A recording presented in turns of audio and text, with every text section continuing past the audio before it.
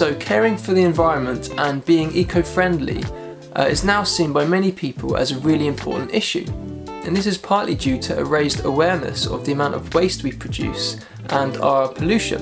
And so whether it's reducing our plastic consumption, reusing clothes, or recycling our rubbish, there are a variety of ways to look after the environment and also a variety of views about it.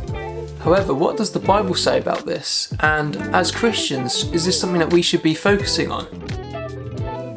In the Bible, it doesn't say anything about recycling or how much plastic we use, but it does give us an idea as to God's relationship with the environment and how we should treat it. And there are 3 things in the Bible which I think are helpful.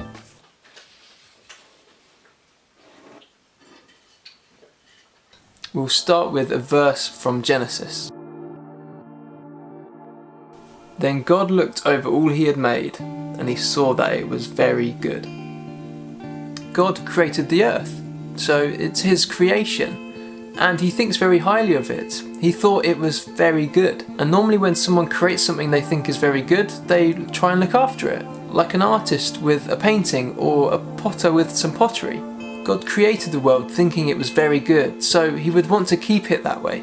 And the world did get a bit worse off after Adam and Eve made the choice about the fruit, but overall it was very good, and God would want to keep it like that.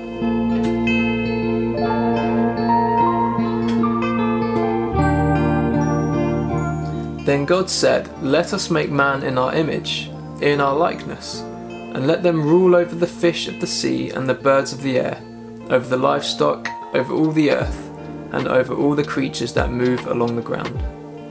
This is normally a go-to verse when thinking about how we should care for the world. It shows that God has given us the task of ruling over the earth and its creatures, which includes caring for it and treating it well. It's from the earth that we get our food and what we need to survive and live. And so we need to look after it. We need to rule over it with awareness and responsibility.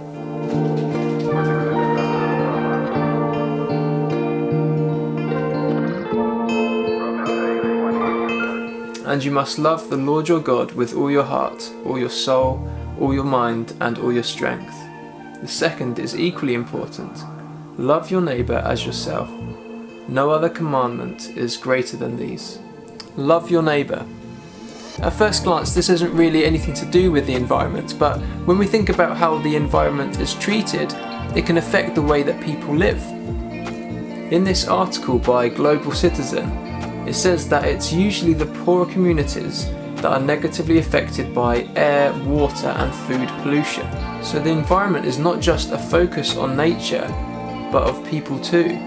The choices we make which affect the environment affect people too. So if we want to carry out Jesus' commandment of loving our neighbour and loving others, then caring for the environment is maybe one way that we can do that.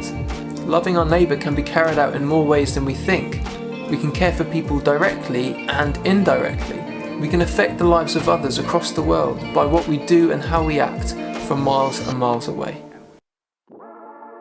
And so there's a few thoughts around God and the environment, and I've not explored the ways that we can be eco-friendly, but hopefully this has been an encouragement to know that this is important to God and it's important for us. And so let's think about how we can each do that right where we are.